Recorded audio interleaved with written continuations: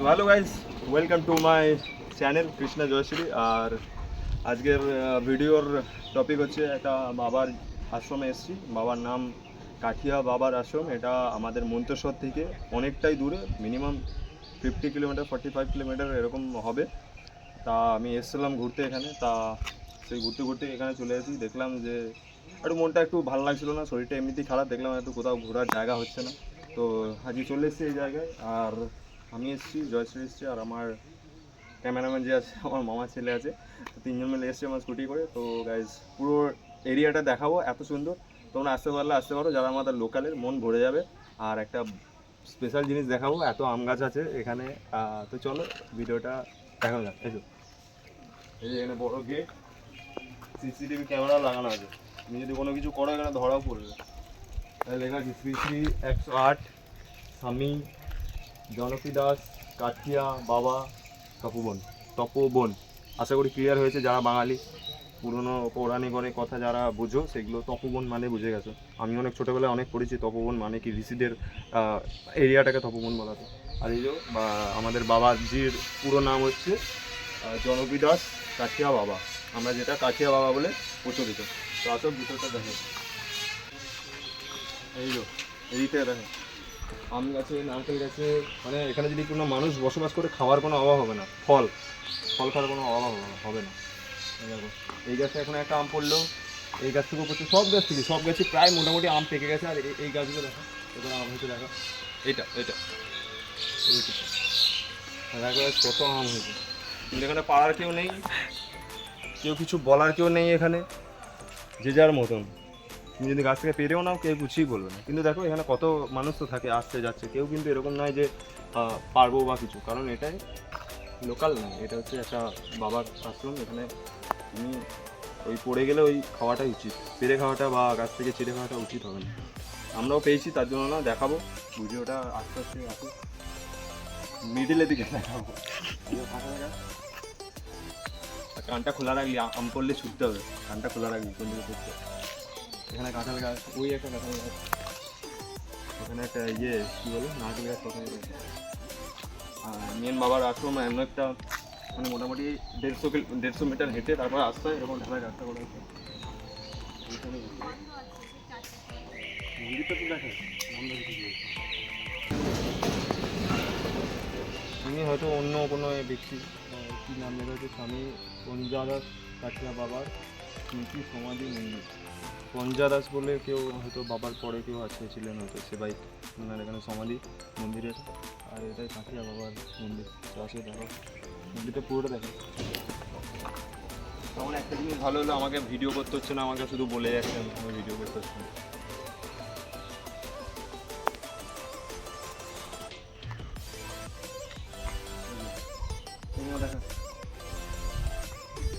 এখানে পড়ে শোনে দেখা যাচ্ছে,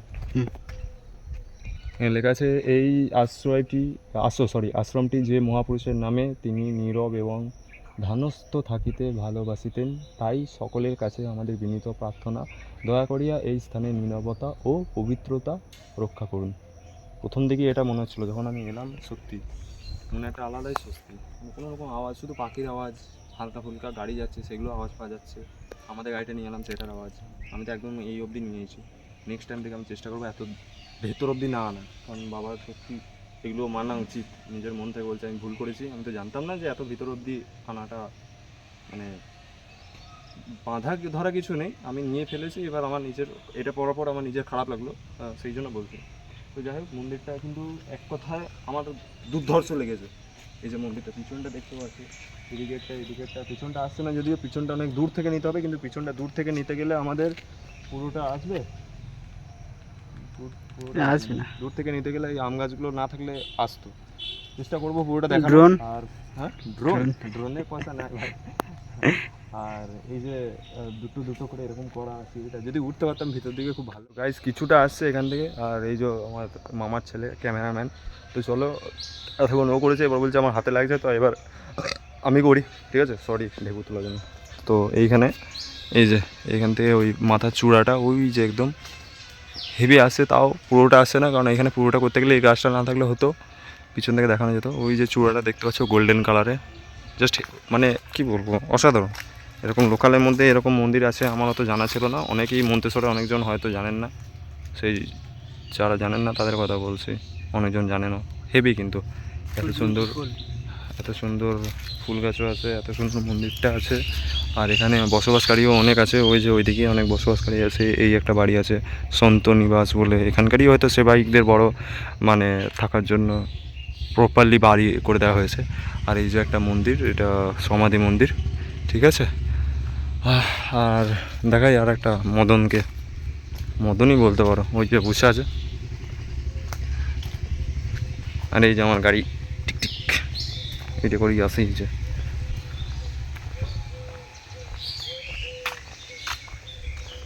আমার বসে আছে আম কুড়োনোর জন্য। লজ্জা করে না? আম কুড়াতে আসেনি, আম কুড়োতে আসেনি, কিন্তু চোখের সামনে আম পড়ছে তাই তুলে নিয়েছি। কী করবে কি এখানে বসে? বাড়ি চলো। হ্যাঁ, তো পুরোটাই তো দেখানো হলো।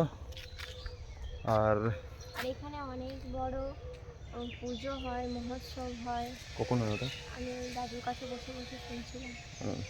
গুরু পূর্ণিমাতে হয়। গুরু পূর্ণিমায় এখানকার যারা লোকাল তারাই পুরোটা বলতে পারবে। আর মন ভালো হয়ে যাওয়ার মতন জায়গা। তো গাইজ নেক্সট টাইম আবার এমন দেখা টাইম হবে, আসবে আসা তো হবে। মন্দিরটা দেখতে পাই। মন্দিরটা ভিতরতে, হ্যাঁ মন্দিরটা ভিতরতে ঢুকতে পাই। আর ওখানে কী আছে? সমাধি আছে, মূর্তি। আচ্ছা মূর্তি আছে, মূর্তি পরে বা দেখাবো নেক্সট টাইম। তো চলো, বাই বাই, এবার চলে যাই।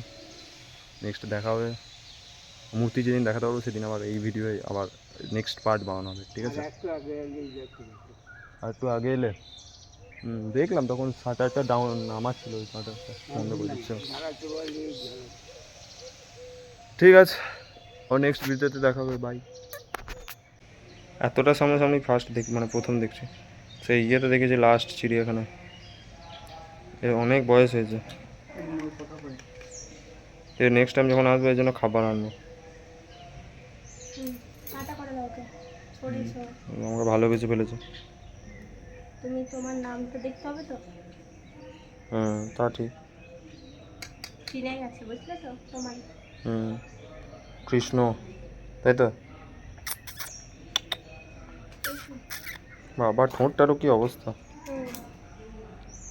কত কত মুখ বের করছে। দেখো তোমার চিনে গেছে।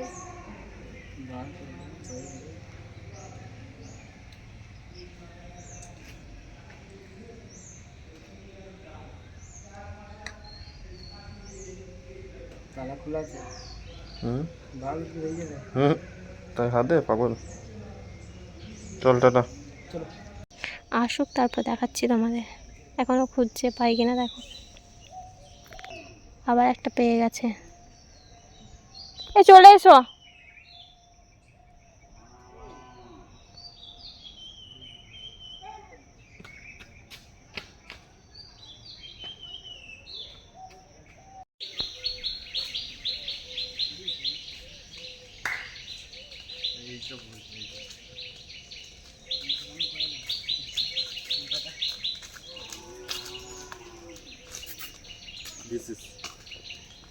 কি আম আনলে?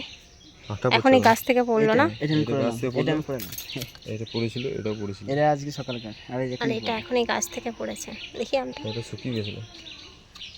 আটাটা হাতে লাগিও না। ইনি কুড়িয়েছেন আর ইনি। আর এই আমটা আমি এখন খাবো।